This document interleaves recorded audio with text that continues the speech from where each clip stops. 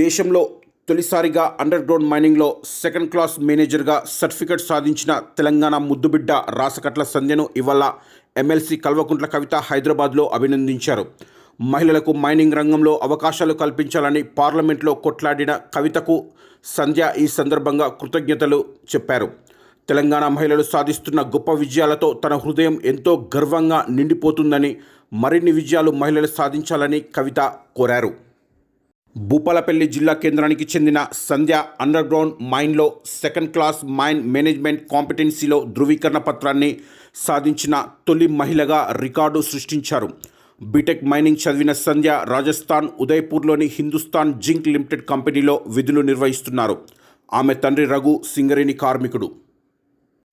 కవితను కలిసిన వారిలో సంధ్య కుటుంబ సభ్యులతో పాటు తెలంగాణ బొగ్గని కార్మిక సంఘం ప్రధాన కార్యదర్శి మిర్యాల రాజిరెడ్డి కూడా ఉన్నారు.